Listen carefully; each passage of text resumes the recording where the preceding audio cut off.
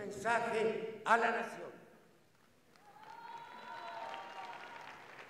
Diputadas y diputados, senadoras, senadores,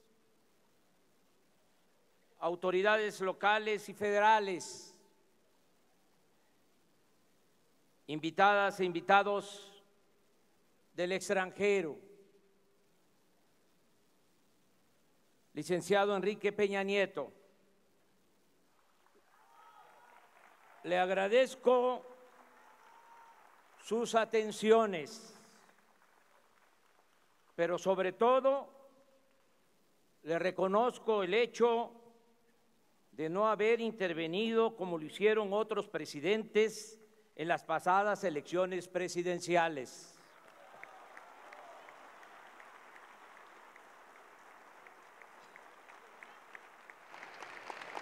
Hemos padecido ya ese atropello antidemocrático y valoramos el que el presidente en funciones respete la voluntad del pueblo. Por eso, muchas gracias, licenciado Peña Nieto.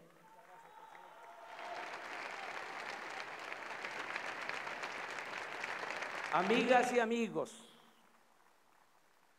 por mandato del pueblo, iniciamos hoy la cuarta transformación política de México.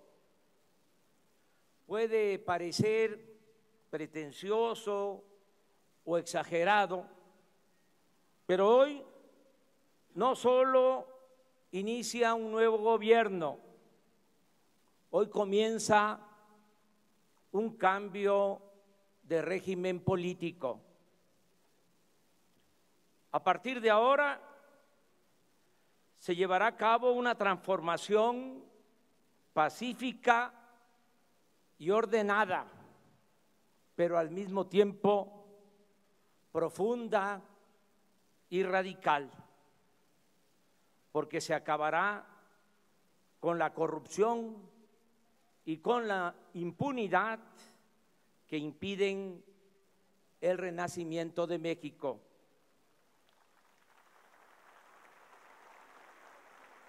Si definimos en pocas palabras las tres grandes transformaciones de nuestra historia, podríamos resumir que en la independencia se luchó por abolir la esclavitud y alcanzar la soberanía nacional.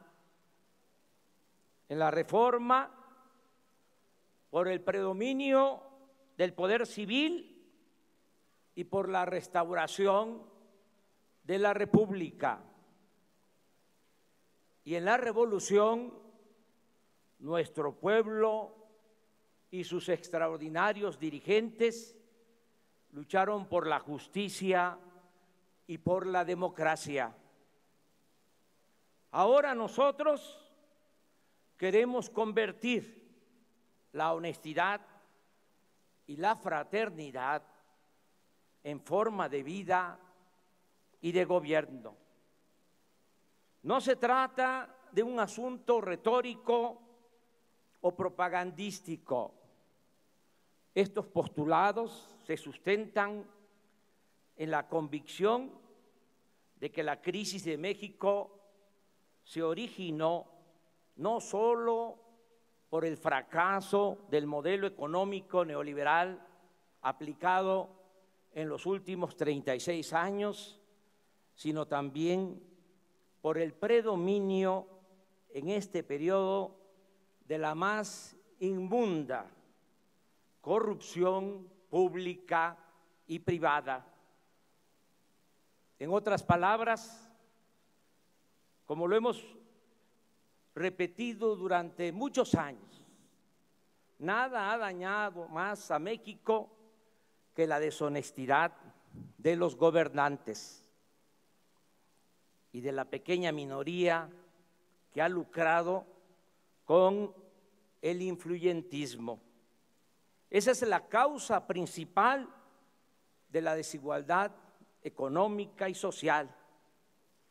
y también de la inseguridad y de la violencia que padecemos. En cuanto a la ineficiencia del modelo económico neoliberal, baste decir que ni siquiera en términos cuantitativos ha dado buenos resultados. Recuérdese que luego de la etapa violenta de la revolución, desde los años 30 hasta los 70 del siglo pasado, es decir, durante 40 años, la economía de México creció a una tasa promedio anual del 5%.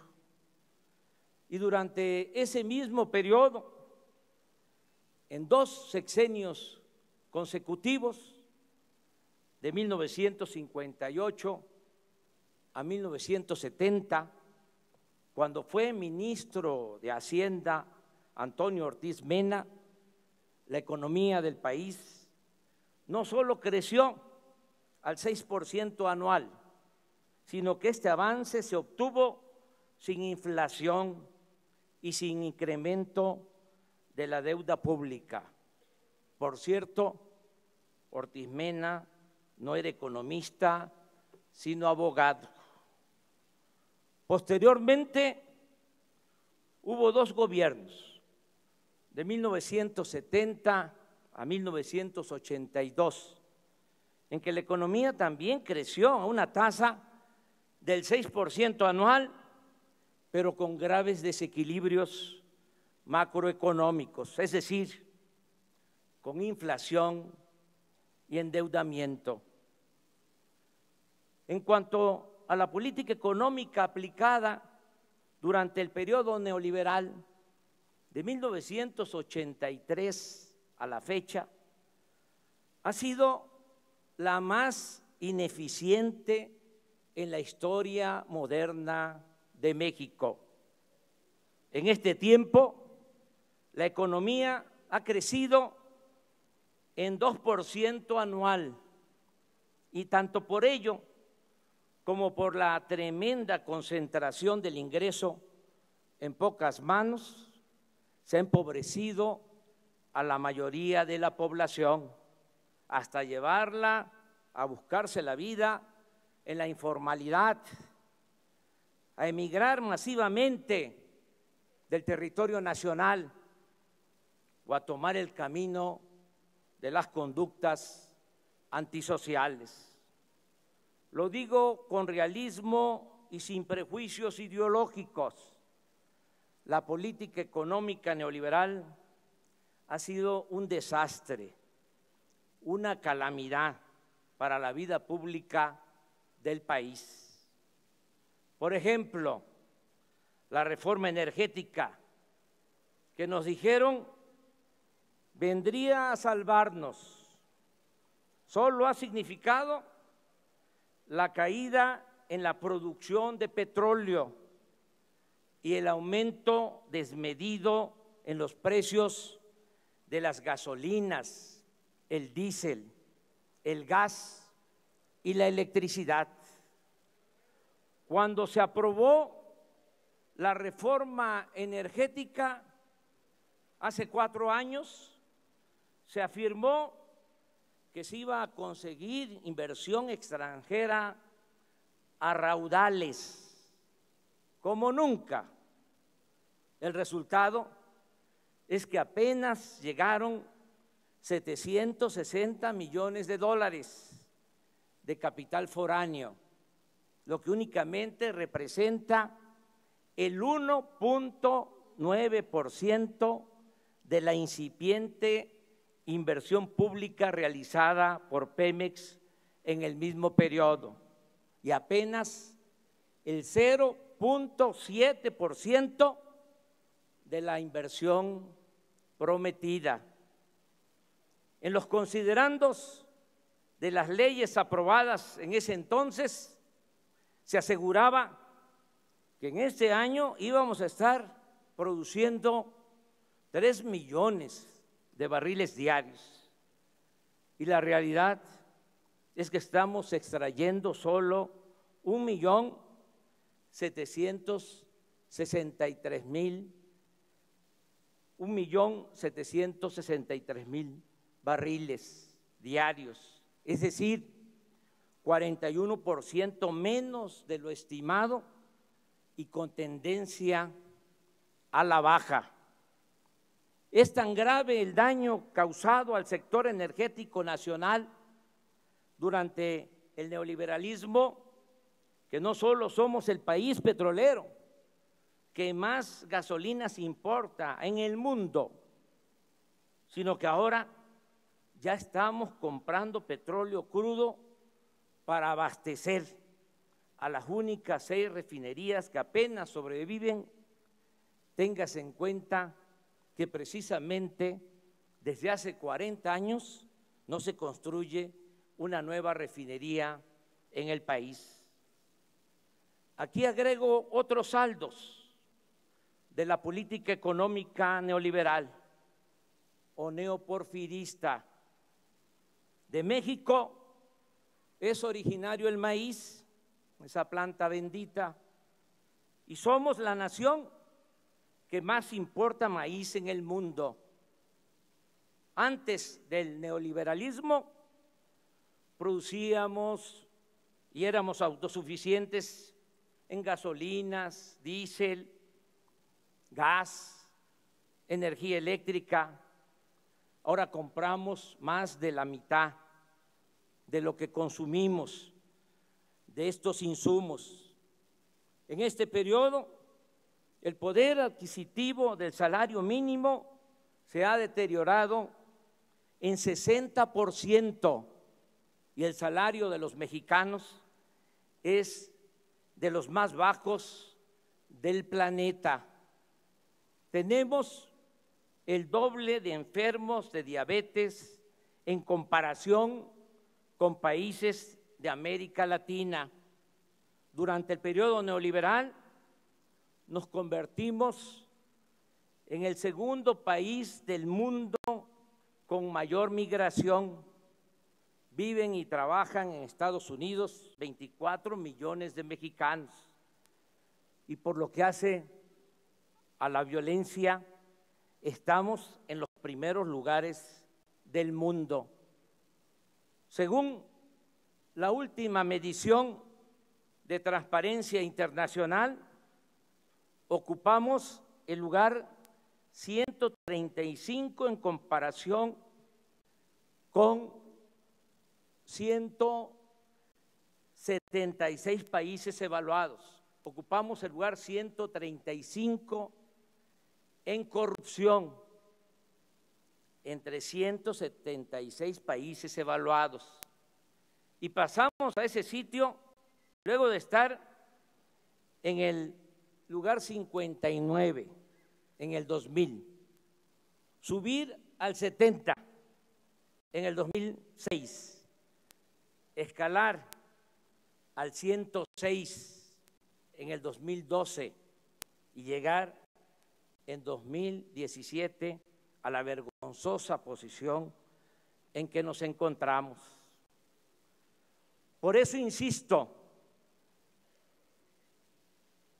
el distintivo del neoliberalismo es la corrupción.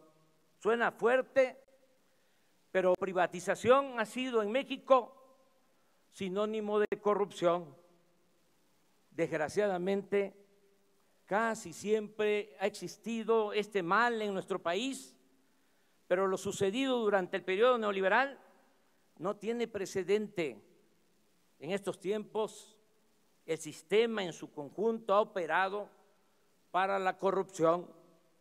El poder político y el poder económico se han alimentado y nutrido mutuamente y se ha implantado como modus operandi el robo de los bienes del pueblo y de las riquezas de la nación.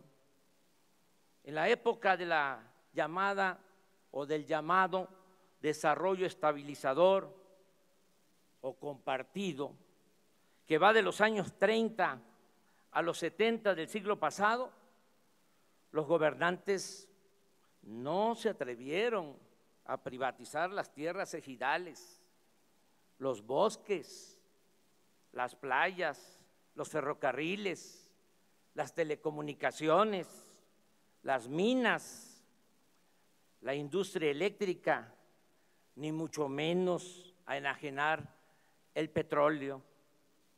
Pero en estas últimas 3 décadas, las máximas autoridades se han dedicado, como en el Porfiriato, a concesionar el territorio y a transferir empresas y bienes públicos e incluso funciones del Estado a particulares, nacionales y extranjeros.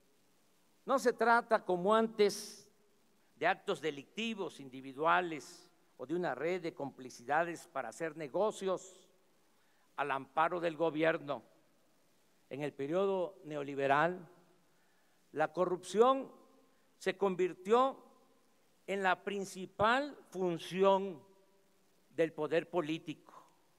Por eso, si me piden que exprese en una frase el plan del nuevo gobierno, respondo: acabar con la corrupción y con la impunidad.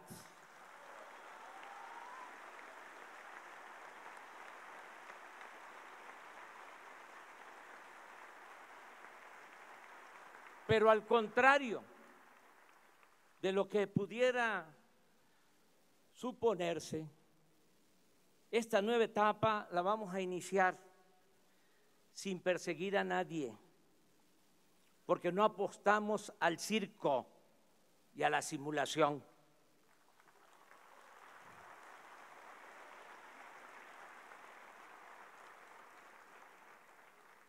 Queremos regenerar de verdad la vida pública de México. Además, siendo honestos como lo somos, si abrimos expedientes, dejaríamos de limitarnos a buscar chivos expiatorios, como se ha hecho siempre, y tendríamos que empezar por los de mero arriba, tanto del sector público como del sector privado.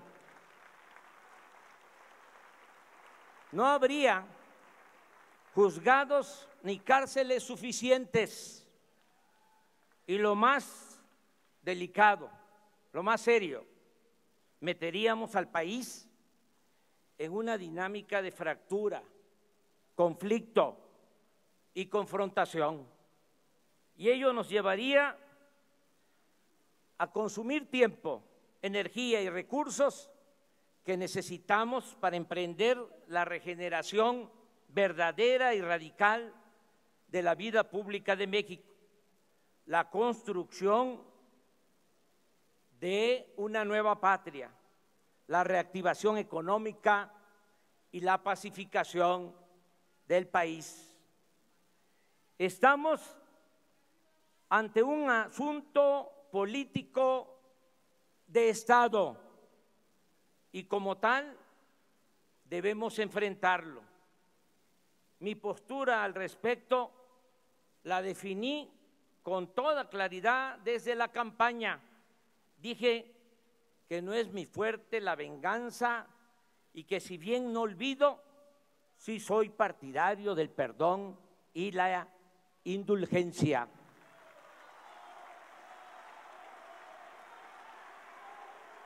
Además, y esto es muy importante, creo precisamente que en el terreno de la justicia se pueden castigar los errores del pasado, pero lo fundamental es evitar los delitos del porvenir.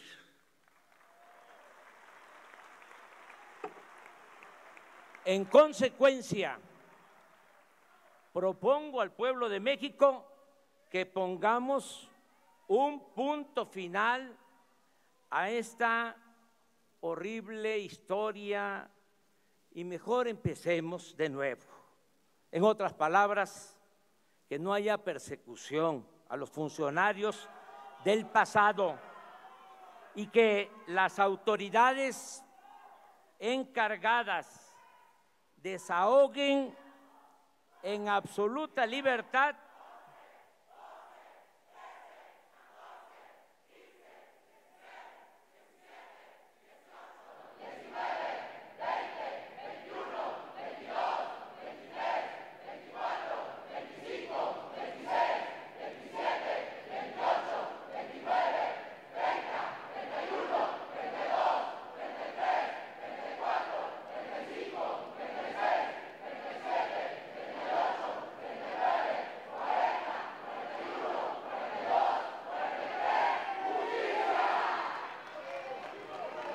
que las autoridades encargadas desahoguen en absoluta libertad los asuntos pendientes. Por cierto, hoy se constituye una comisión de la verdad para castigar los abusos de autoridad, para atender el caso de los jóvenes desaparecidos de Ayotzinapa.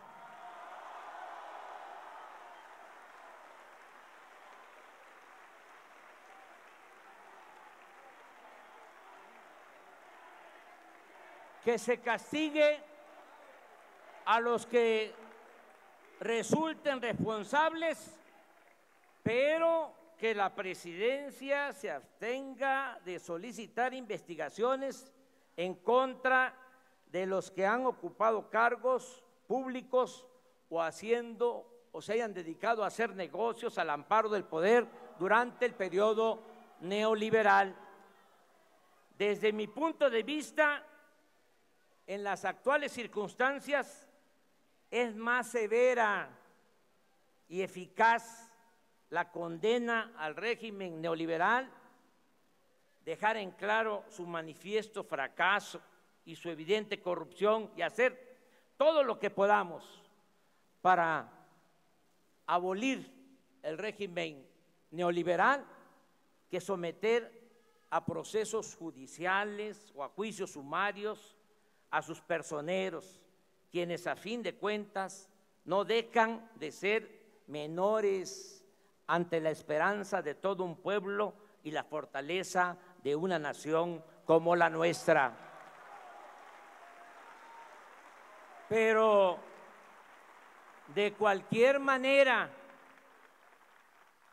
como en todos los asuntos de trascendencia para la vida pública del país, yo defenderé con libertad y argumentos mi postura del punto final y de pensar y trabajar hacia el porvenir. Pero la ciudadanía tendrá la última palabra, porque todos estos asuntos se van a consultar a los ciudadanos.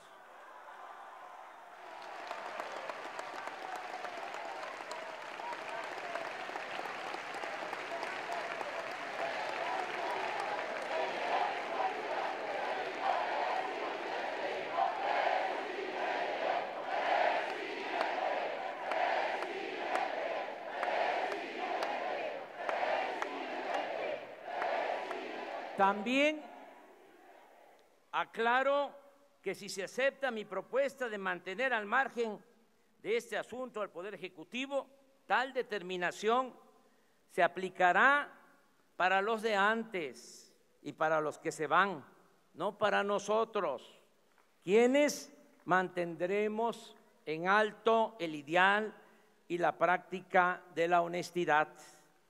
Empiezo por informar que hemos promovido una ley para convertir la corrupción en delito grave, que aunque parezca increíble, no lo era.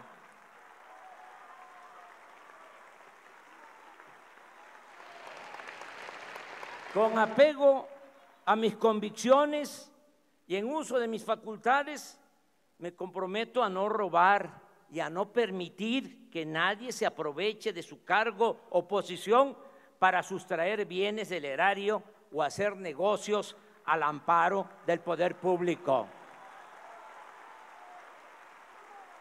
Esto aplica para amigos, aplica para compañeros de lucha y familiares.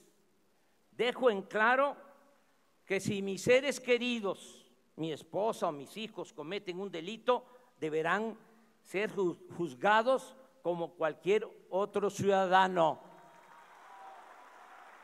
Yo solo respondo por mi hijo Jesús, por ser menor de edad. En cuanto a mi persona, he promovido desde hace años la reforma al artículo 108 de la Constitución para eliminar la impunidad y los fueros de los altos funcionarios públicos, empezando por el presidente de la República, quien ahora, según una iniciativa de ley que hoy, este día, estoy enviando al Senado, podrá ser el presidente de la República juzgado como cualquier ciudadano por el delito que sea, aún estando en funciones.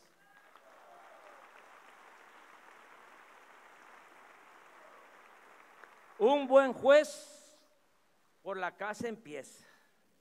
Pondremos orden en la cúpula del poder porque la corrupción se promueve y se practica fundamentalmente desde lo alto hacia los niveles inferiores. Es decir, vamos a limpiar al gobierno de corrupción de arriba para abajo, como se limpian las escaleras.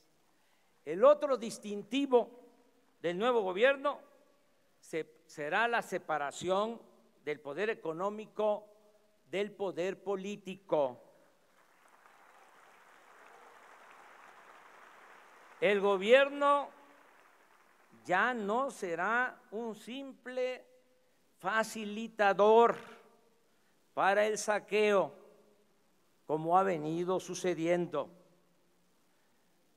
Ya el gobierno no va a ser un comité al servicio de una minoría rapaz.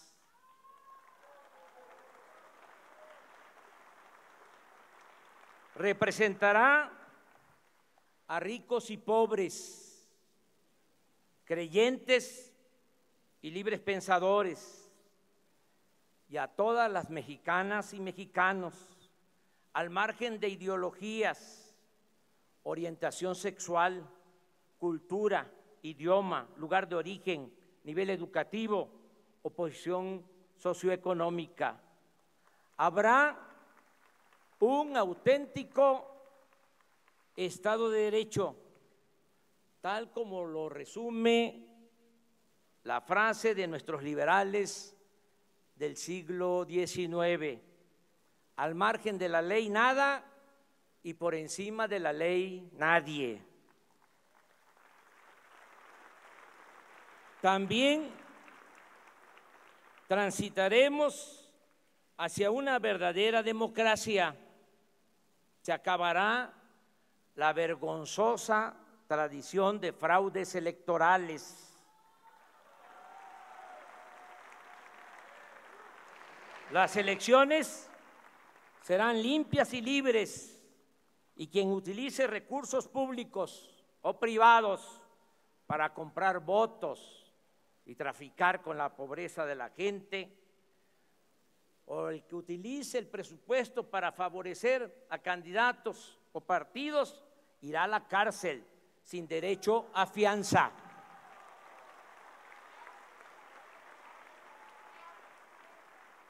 El combate a la corrupción y la austeridad nos permitirá liberar suficientes fondos, más de lo que imaginamos, mucho más, para impulsar el desarrollo de México. Con esta fórmula sencilla de acabar con la corrupción, y de llevar a la práctica la austeridad republicana, no habrá necesidad de incrementar impuestos en términos reales, y ese es un compromiso que estoy haciendo. Ni aumentarán los precios de los combustibles más allá de la inflación. Ahora resulta que los que aumentaron el precio de las gasolinas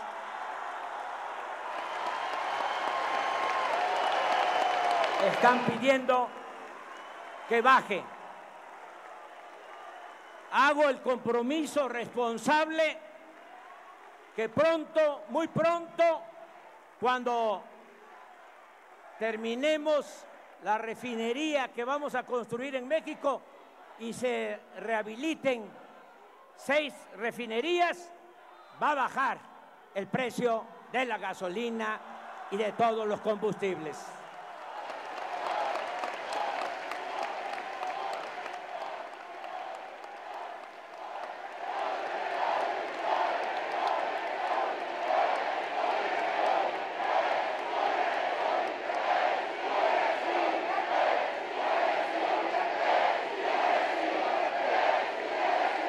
Tampoco que se oiga bien y que se oiga lejos, tampoco vamos a endeudar al país.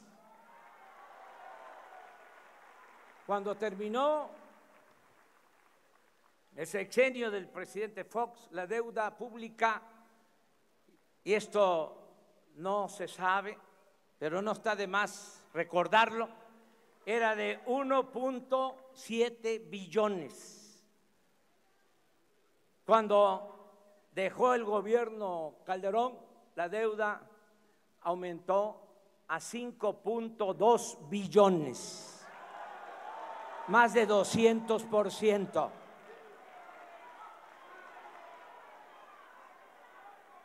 Y en esos 2 sexenios fue cuando se recibió más dinero por la venta de petróleo al extranjero. Y todo se derrochó o se fue por el caño de la corrupción. Ahora la deuda es de 10 billones. Nada más para pagar el servicio de esa enorme deuda, tenemos que destinar del presupuesto del año próximo alrededor de 800,000 millones de pesos. Por eso ya no va a aumentar la deuda pública. Ese es nuestro compromiso.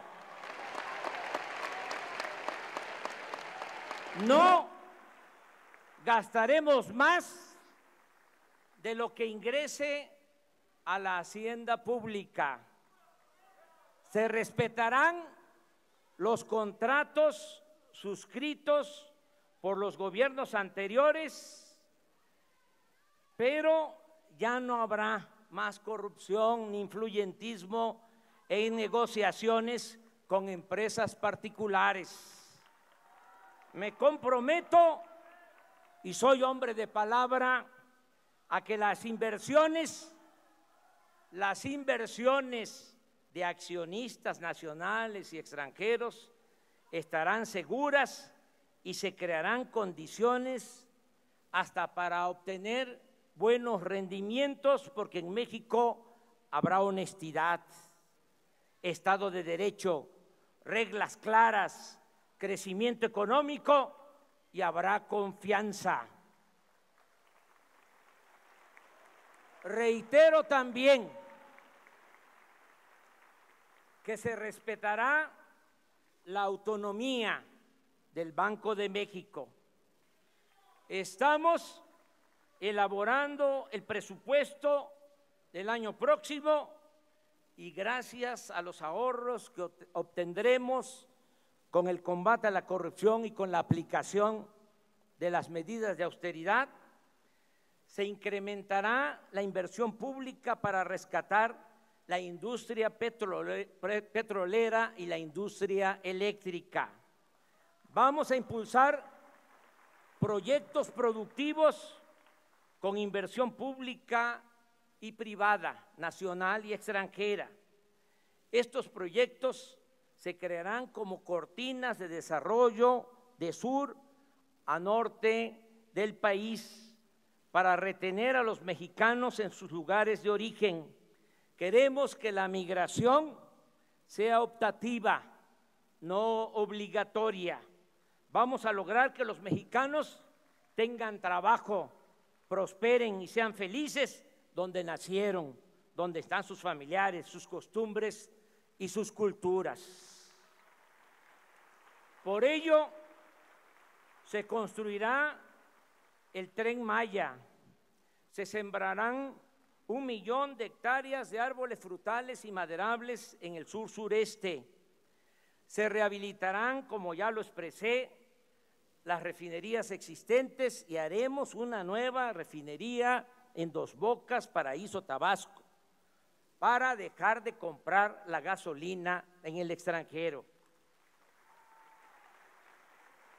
En el Istmo de Tehuantepec se promoverá la creación de una vía férrea para un tren de contenedores de carga y se ampliarán los puertos de Salina Cruz y Coatzacoalcos para comunicar en menos tiempo a los países de Asia con la costa este de Estados Unidos. En este corredor habrá energía eléctrica y gas a precios bajos, así como subsidios fiscales para la instalación de fábricas y la creación de empleos. En 3 años estará funcionando, me canso ganso, además del actual, el nuevo aeropuerto de la Ciudad de México, con 2 pistas adicionales en la base aérea de Santa Lucía. Asimismo, desde el 1 de enero próximo entrará en vigor en la zona libre a lo largo de los 3.180 kilómetros de frontera con Estados Unidos. Esta franja de 25 kilómetros de ancho se convertirá en la zona libre más grande del mundo. Allí se cobrará lo mismo de impuestos y costarán igual los energéticos que en California, en Arizona, Nuevo México y Texas de la Unión Americana.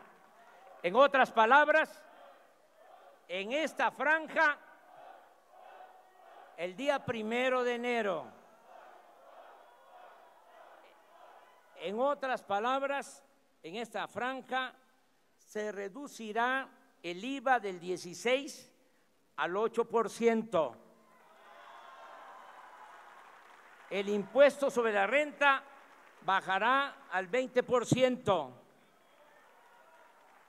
La gasolina, el gas y la electricidad costarán menos que en el resto del país y se aumentará al doble el salario mínimo. Esta será la última cortina de desarrollo para retener con trabajo y bienestar a nuestros compatriotas en el territorio nacional. En cuanto al bienestar de nuestro pueblo, el plan es combatir la pobreza y la marginación como nunca se ha hecho en la historia.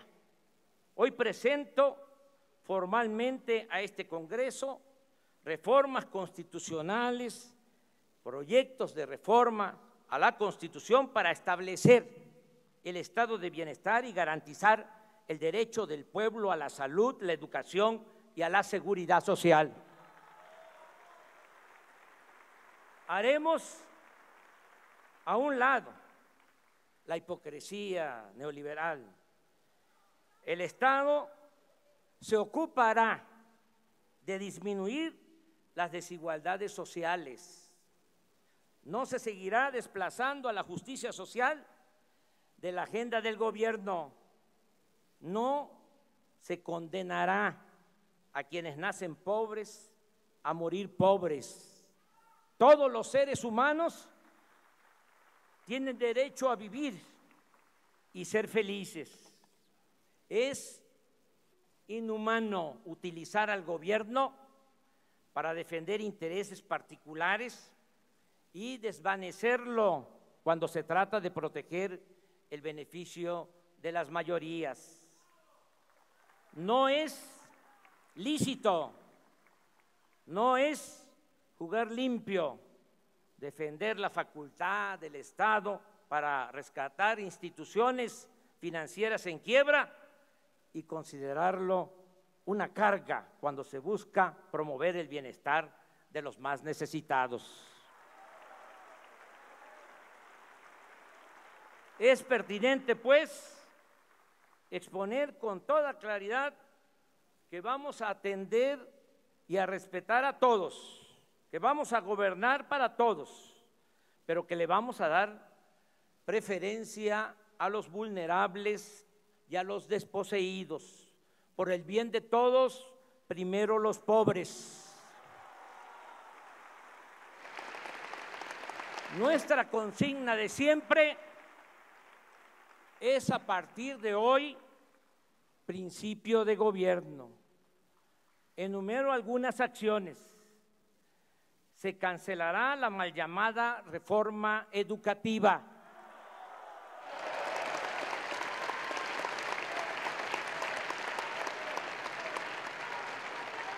Se creará el Instituto Nacional para la Atención de los Pueblos Indígenas. Iniciará de inmediato el programa de atención médica y medicamentos gratuitos en las zonas marginadas del país y se volverá universal en todo el país este programa de atención médica y medicamentos gratuitos a la mitad del sexenio. Es mi compromiso. Los aumentos al salario mínimo no volverán a fijarse por debajo de la inflación como llegó a suceder en el periodo neoliberal. 2.300.000 jóvenes serán contratados para trabajar como aprendices en talleres, empresas, comercios y diversas labores productivas o sociales, y se les pagará un salario mientras se van capacitando de 3.600 pesos mensuales. Ya no va a haber ninis, no se va a dar la espalda a los jóvenes ni se les va a ofender llamándoles de esa manera, porque no es culpa de ellos que no tengan oportunidad de trabajo y de estudio.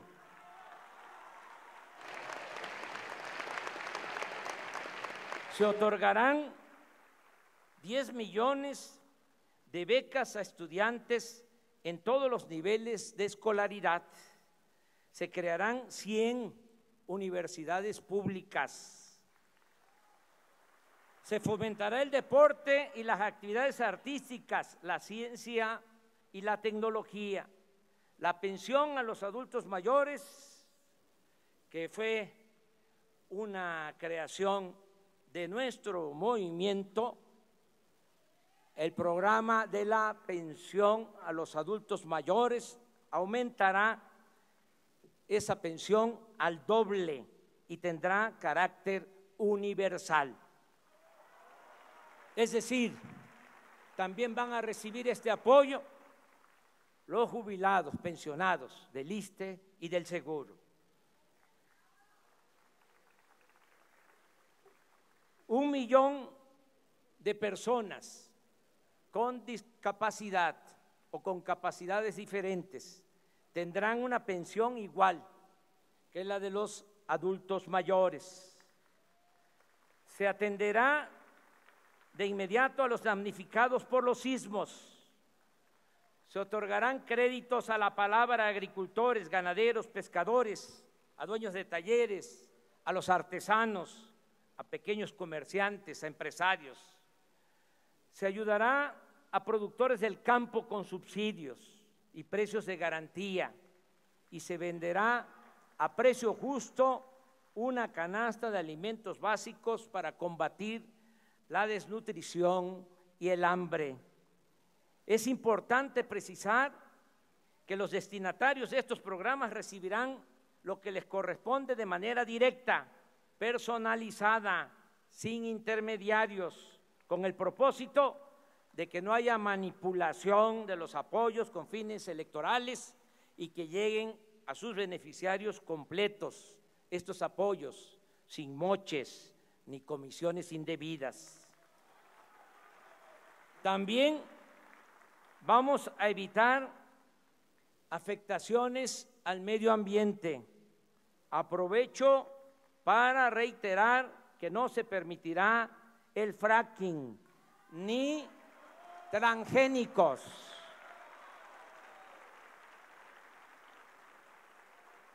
Como se comprenderá, la necesidad de emprender estas y otras acciones explica y justifica el plan de austeridad republicana al que nos hemos comprometido y que, dicho sea de paso, no significa, como se piensa en otros países, un mero conjunto de ajustes en el gasto productivo y social del presupuesto. Aquí lo entendemos no solo como un asunto administrativo, sino como una política de principios, toda vez que implica terminar con los privilegios de la alta burocracia. Juárez decía que los funcionarios debían aprender a vivir en la justa medianía, y nosotros sostenemos que no puede haber gobierno rico con pueblo pobre. Por eso bajarán los sueldos de los altos funcionarios públicos. Ya se aprobó esa ley en este Congreso. En esta legislatura van a bajar los sueldos de los de arriba porque van a aumentar los sueldos de los de abajo. Ya no habrá servicio médico privado para los altos funcionarios públicos. Se destinaban 5,000 millones de pesos nada más para el pago de la atención de servicios médicos a los altos funcionarios públicos. Ya no habrá cajas de ahorro especial para los altos funcionarios públicos, ya no hay, ya se aprobó esa ley. Nadie podrá viajar en aviones o helicópteros privados a expensas del dinero público. Desde el lunes próximo se pondrá en venta el avión presidencial.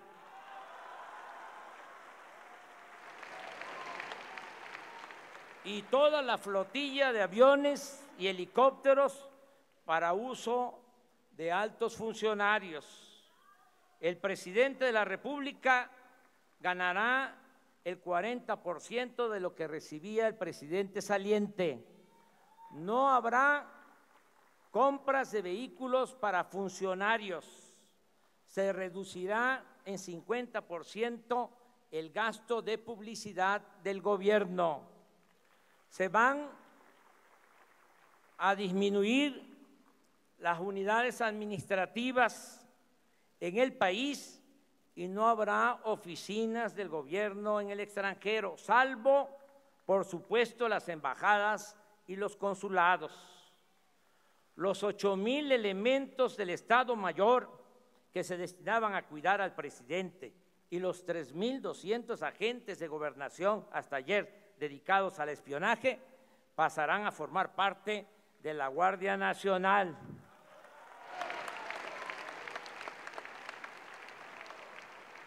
No viviré en Los Pinos y esa residencia oficial ya se abrió desde hoy al público y se integrará al bosque de Chapultepec para convertirse en uno de los espacios más grandes e interesantes del mundo para el arte y la cultura.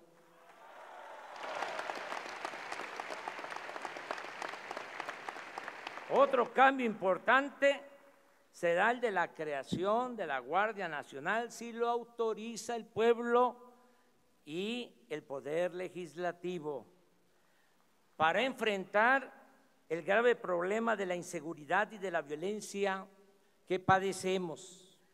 Esto significa replantear el papel de las Fuerzas Armadas ante la inoperancia de las corporaciones policiales. Es indispensable aceptar que la Policía Federal, creada hace 20 años para suplir la labor de las Fuerzas Armadas en el combate a la delincuencia, es en la actualidad un agrupamiento de apenas 20,000 efectivos que carecen de disciplina, capacitación y profesionalismo. En cuanto a los agentes ministeriales y los cuerpos policiales estatales y municipales, se debe reconocer, sin generalizar, que muchos están movidos por la corrupción y no por el deber del servicio público, y que su descomposición los pone bajo el dominio de la delincuencia. El ciudadano mexicano en la actualidad está en estado de indefensión. No tenemos policías para cuidar a los ciudadanos. Siempre he pensado que ante el problema de la inseguridad, lo pertinente es atender las causas que originan la violencia, y así lo haremos, pero ante la ineficiencia de las corporaciones policiales y el grave aumento de homicidios, robos, secuestros, feminicidios y otros crímenes, estoy solicitando al Congreso con carácter urgente la aprobación de una reforma constitucional que nos permita crear, con la integración de la Policía Militar, la Policía Naval y la Policía Federal, una Guardia Nacional para realizar funciones de seguridad pública con pleno respeto a los derechos humanos. Sé que es un tema polémico, pero tengo la obligación de expresar mi punto de vista con realismo y argumentos. Las Fuerzas Armadas están entre las mejores instituciones de México. El Ejército Mexicano se constituyó en 1913 para enfrentar al gobierno usurpador de Victoriano Huerta. Se trata de un ejército revolucionario, surgido del pueblo y que desde entonces ha experimentado pocos quiebres en su unidad y disciplina. La última rebelión militar fue la del general Saturnino Cedillo en 1938-1939, y nunca el ejército mexicano ha dado un golpe de Estado a una autoridad civil. Su lealtad al gobierno y su falta de ambición por el poder económico y político tiene en buena medida su explicación, entre otros factores, en que el ejército mexicano no es un agrupamiento elitista, sino que siempre se ha nutrido del pueblo raso. El soldado es pueblo uniformado. Ciertamente, no todos los militares han ostentado comportamientos intachables, y tampoco debe omitirse el hecho de que el ejército ha participado en actos de represión por órdenes de autoridades civiles. Pero en nuestros institutos castrenses no se han formado minorías corrompidas, como sucede en otros ámbitos del poder, y a diferencia de lo que ocurre en otros países, en México no se sabe de militares que formen parte de la oligarquía. Además, es un hecho que el Ejército cuenta con respaldo de la opinión pública. Es una institución que a lo largo de su historia ha mantenido su profesionalismo y ha sido eficaz, sin duda, en tareas de auxilio a la población en casos de desastre, en terremotos, inundaciones, huracanes, y ha prestado otros servicios a la comunidad.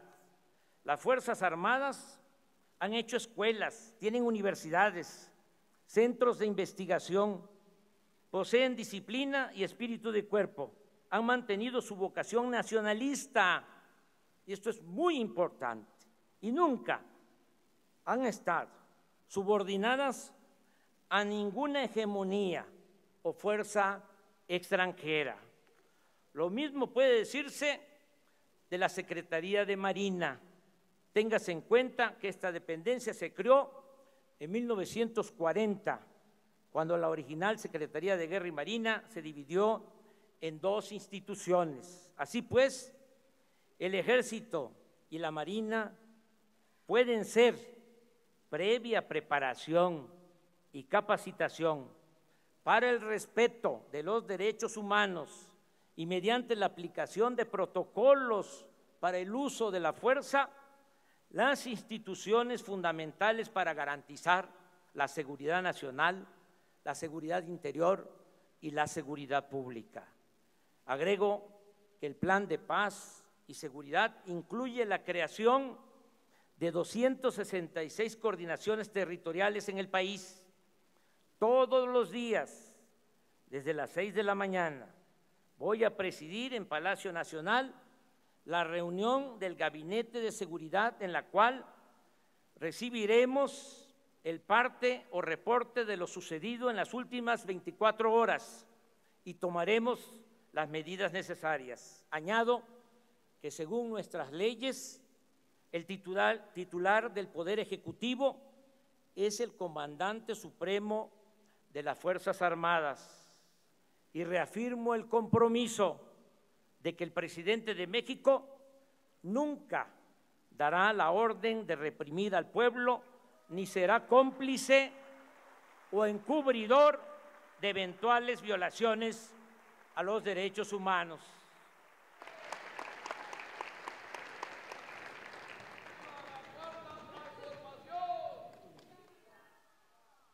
En materia de política exterior, nos apegaremos a los principios constitucionales de no intervención, autodeterminación de los pueblos, solución pacífica de las controversias y cooperación para el desarrollo. Mantendremos buenas relaciones con todos los pueblos y gobiernos del mundo. Por eso agradezco la presencia del señor Michael Pence, vicepresidente de los Estados Unidos, y de su señora esposa, Karen Pence. Y quiero destacar que desde el día 1 de julio, desde el día de mi elección, he recibido un trato respetuoso del presidente Donald Trump, a quien agradezco que en plan de amistad haya enviado a esta ceremonia a su hija Ivanka. La misma atención he recibido del primer ministro de Canadá, Justin Trudeau. Con ellos, con los dos mandatarios, con el presidente de Estados Unidos y con el primer ministro de Canadá, estoy hablando para ir más allá del Tratado de Libre Comercio de América del Norte y lograr un acuerdo de inversión entre empresas y gobiernos de las tres naciones para impulsar el desarrollo de los países centroamericanos y también del nuestro, y enfrentar de esta forma y no con medidas coercitivas el fenómeno migratorio.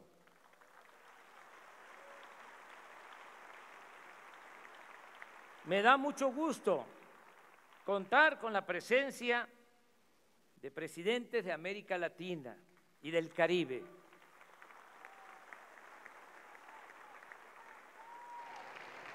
México no dejará de pensar en Simón Bolívar y en José Martí, quienes, junto con Benito Juárez, siguen guiando con sus ejemplos de patriotismo el camino a seguir de pueblos y de dirigentes políticos. Gracias por estar aquí, Jimmy Morales Cabrera, presidente de la República Vecina de Guatemala.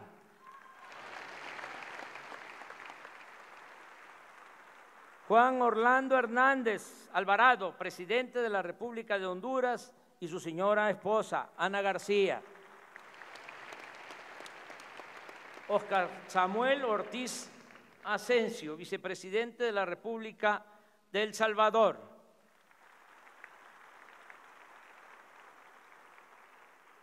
Colville Young, gobernador general también de nuestra vecina República de Belice.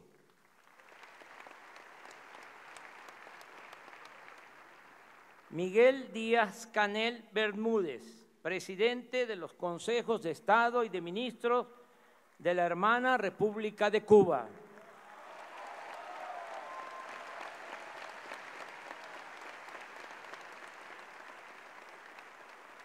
Danilo Medina Sánchez, presidente de la República Dominicana.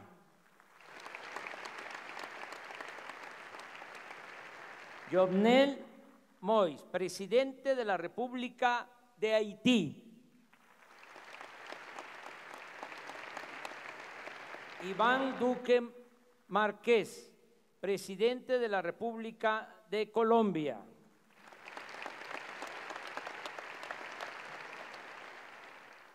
Nicolás Maduro Moros, presidente de la República Bolivariana de Venezuela.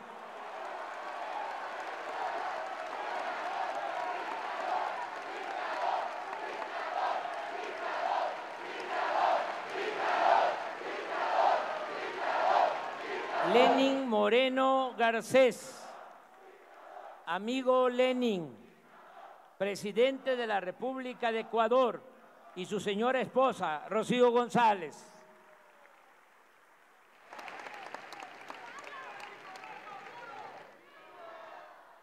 Amigo Evo Morales, presidente del Estado Plurinacional de Bolivia.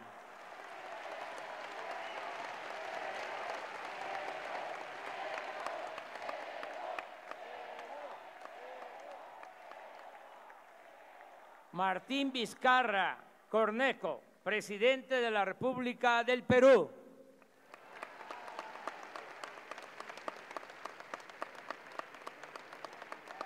Agradezco la presencia de Julie Payet, gobernadora general de Canadá.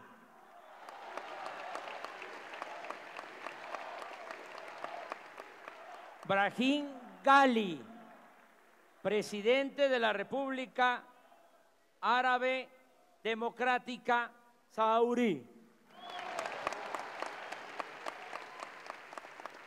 De Kim Jong-nam, presidente de la República de la Asamblea Popular Suprema de la República Popular Democrática de Corea.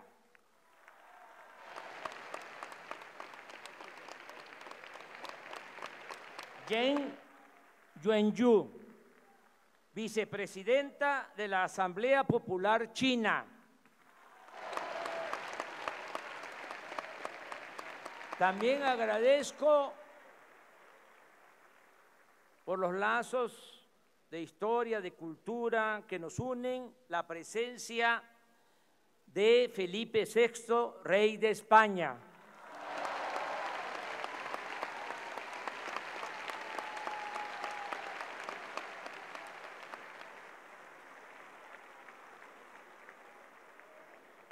Del primer ministro Antonio Costa, de la República Portuguesa.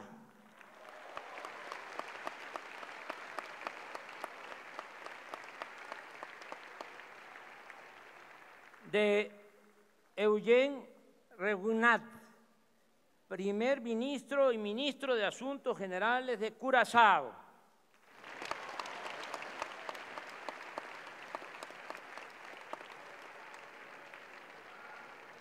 Ana Birchal, viceprimera ministra de Rumanía.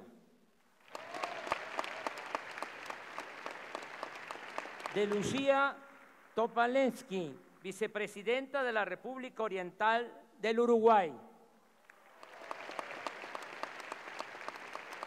De Gabriela Michetti, vicepresidenta de la República de Argentina.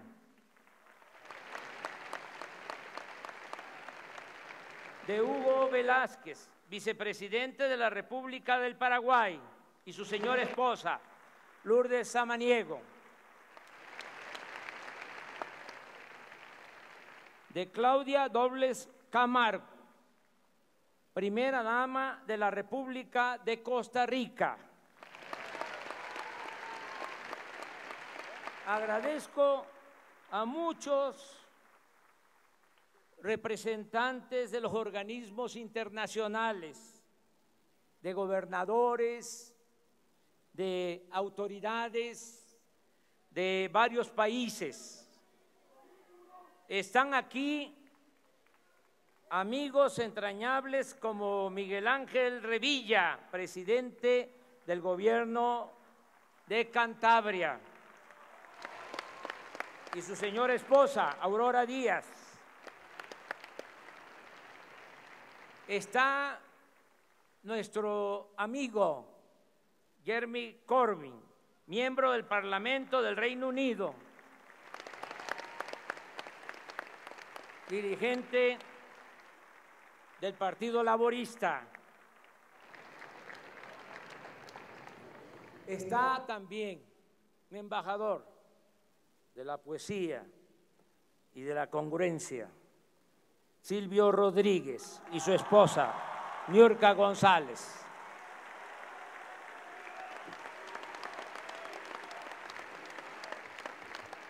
Amigas y amigos, llegué a la presidencia de la República después de muchos años de lucha personal y colectiva. Aquí recuerdo a los que iniciaron este movimiento, a los que sembraron lo que ahora nosotros estamos cosechando. Dirigentes sociales, políticos, muchos que se nos adelantaron, pero fueron los precursores de esta lucha, de este movimiento. Nunca los vamos a olvidar.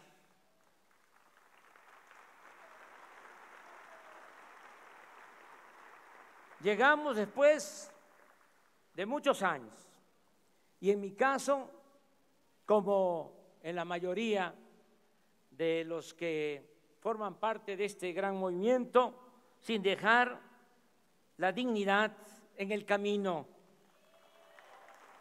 manteniendo en alto nuestros ideales, nuestros principios. En mi caso, particularmente, también en el de muchos otros, mujeres y hombres, mi honestidad, que es lo que estimo más importante en mi vida. Estoy preparado para no fallarle a mi pueblo. Ahora que venía para acá, se emparejó un joven en bicicleta y me dijo: tú no tienes derecho a fallarnos. Y ese es el compromiso que tengo con el pueblo. No tengo derecho a fallar.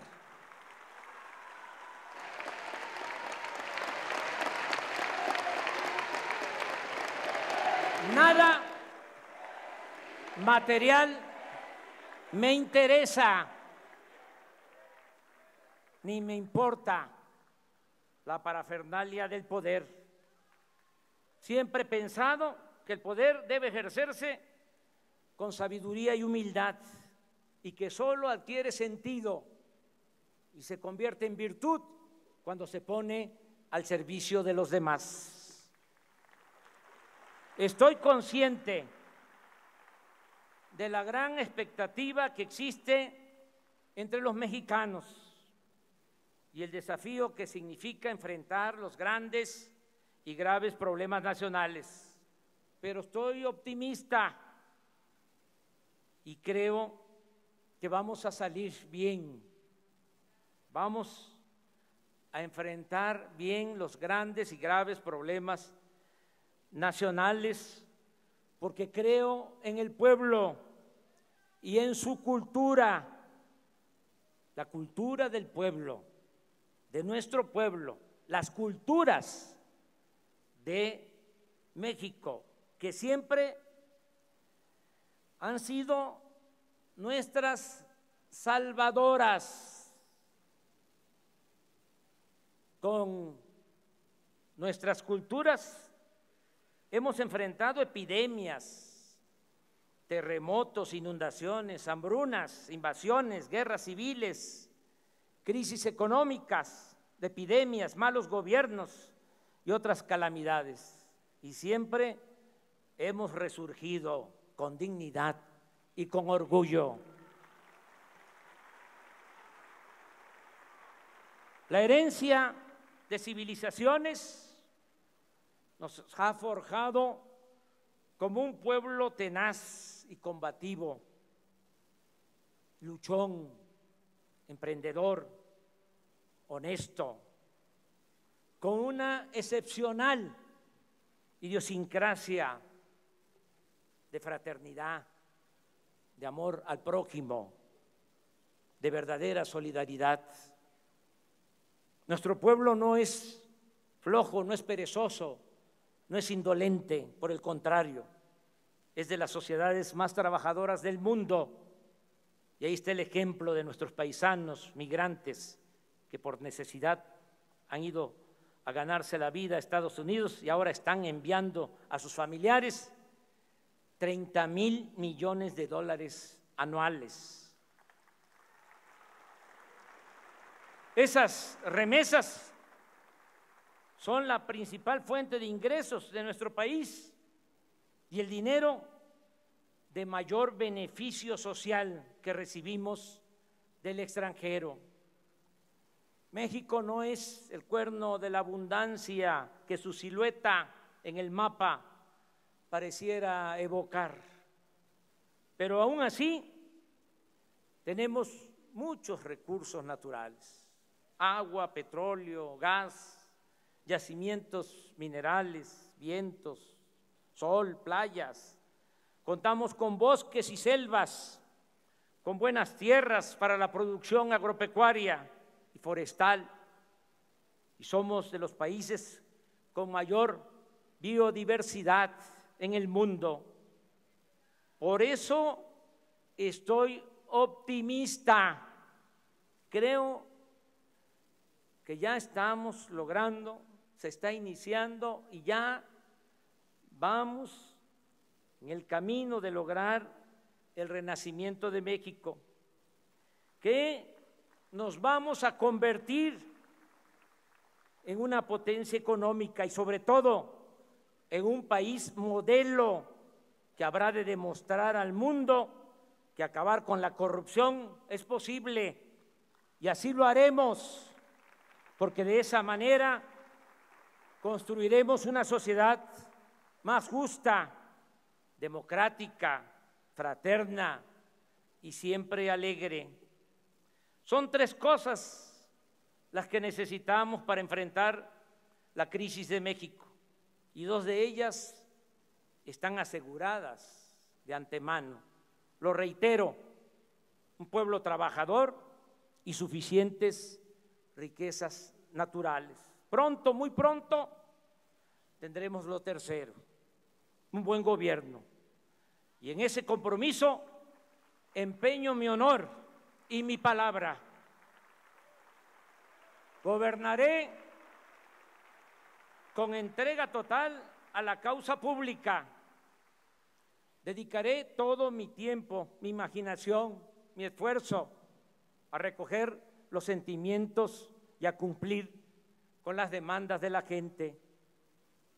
Actuaré sin odios, no le haré mal a nadie, respetaré las libertades, apostaré siempre a la reconciliación y buscaré que entre todos y por el camino de la concordia logremos la cuarta transformación de la vida pública de México.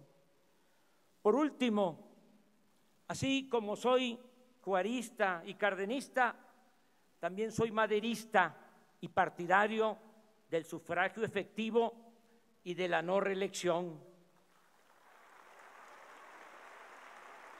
Trabajaré 16 horas diarias para dejar en 6 años muy avanzada la obra de transformación.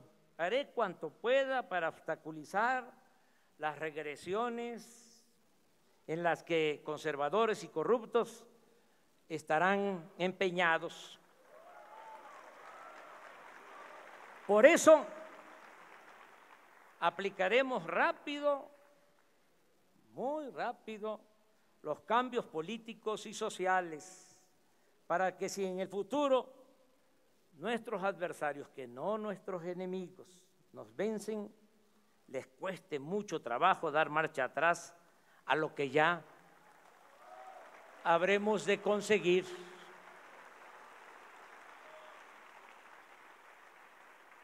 Como dirían los liberales del siglo XIX, los liberales mexicanos, que no sea fácil retrogradar. Pero también dejo en claro que bajo ninguna circunstancia habré de reelegirme. Por el contrario, me someteré a la revocación del mandato, porque deseo que el pueblo siempre tenga las riendas del poder en sus manos. En 2 años y medio habrá una consulta y se les preguntará a los ciudadanos si quieren que el presidente de la República se mantenga en el cargo o que pida licencia, porque el pueblo pone y el pueblo quita, y es el único soberano al que debo sumisión y obediencia. Acepto el reto y les invito a participar para celebrar juntas y juntos el esplendor y la grandeza futura de nuestro querido México. Gracias de todo corazón.